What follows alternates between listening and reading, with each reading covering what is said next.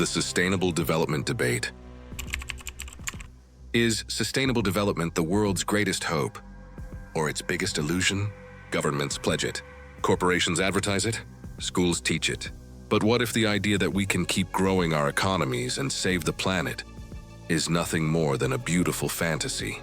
Today, we're tearing open the debate that could define our century. Can sustainable development actually work? Or are we fooling ourselves while the clock runs out? Sustainable development sounds simple. Grow economies, lift people out of poverty, and protect nature all at once. It's the official roadmap of the United Nations, the rallying cry of billion-dollar companies, and the dream of millions of activists. But here's the tension.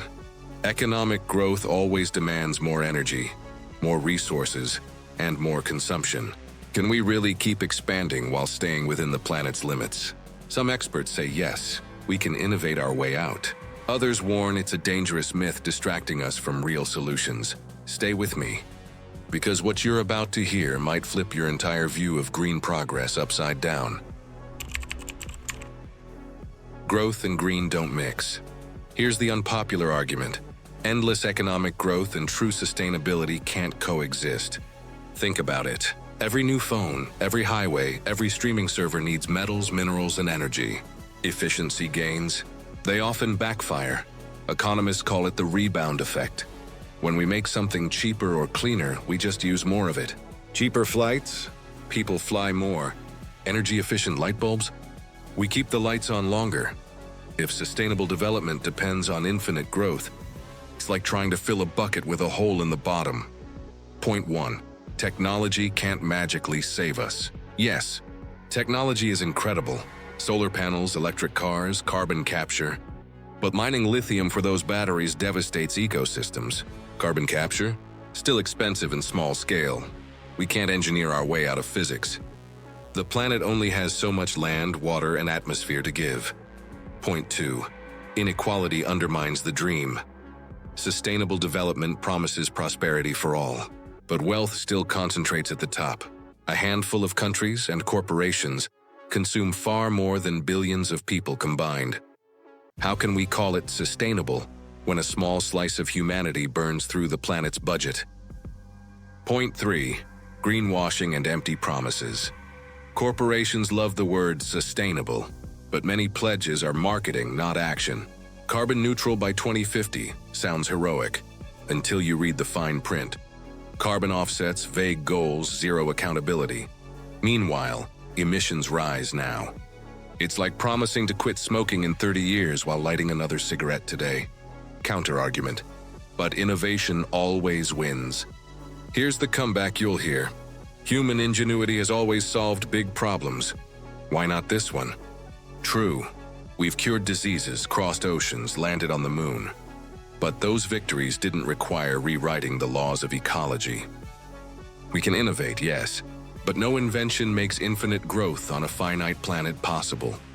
That's like saying you can square a circle if you just believe hard enough. A different kind of growth. So, if endless economic growth is the trap, what's the escape? Many thinkers argue we need growth of a different kind. Not more stuff, but more well-being. Imagine measuring success by health, education, happiness, and biodiversity, instead of GDP. Countries like Bhutan already track gross national happiness. Cities from Amsterdam to Wellington are testing doughnut economics, a model that meets human needs while respecting planetary limits. Degrowth, the scary but sensible idea. Another radical proposal? It doesn't mean collapse, it means scaling back wasteful industries, sharing resources fairly and investing in care, education, and renewable energy instead of endless consumption. Think of it as putting the economy on a healthy diet, not starving it, but stopping the junk calories. Innovation with limits. Technology still matters, but as a tool, not a magic bullet. Solar, wind, better batteries, smarter cities. These can slash emissions if paired with restraint. Tech without restraint is like giving a faster car to someone who never hits the brakes. Our strongest argument: a better life. Not a smaller one. Here's the emotional truth. Living within Earth's limits doesn't mean living worse. Cleaner air, shorter work weeks, stronger communities, less stress from endless consumption. What if sustainability isn't sacrifice, but freedom? Freedom from chasing the next upgrade. Freedom to focus on what truly matters: connection, creativity, and health.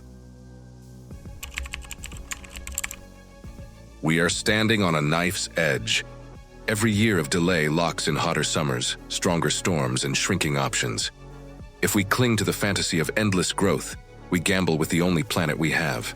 This isn't some distant apocalypse. It's wildfires that darken our skies, coastal cities sinking beneath rising seas, and food systems already stretched to breaking. The debate isn't just academic. It's the difference between a livable future and a slow-motion collapse. Shattering assumptions. We've been told the market will fix it. We've been told growth is non-negotiable. But what if those stories are the very trap keeping us stuck? The hardest truth is also the most freeing. Progress isn't bigger, it's wiser. We can rewrite the rules, but only if we stop pretending that a greener version of business as usual will save us.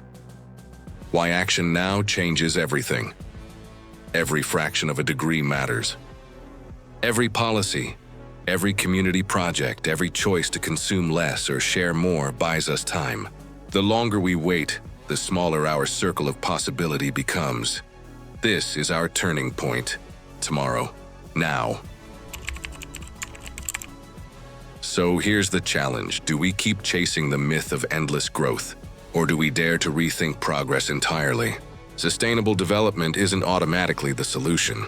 It's a debate. A debate that affects every city, every business, every home, and every life on this planet. Your turn to weigh in. I want to know what you think. Can we truly grow and stay green? Or is the dream of sustainable development just that? A dream? Drop your thoughts in the comments below. Let's debate, challenge each other, and sharpen our understanding. And if you want more mind-opening debates every week, hit that subscribe button. Because the future isn't written yet, and it starts with the questions we dare to ask.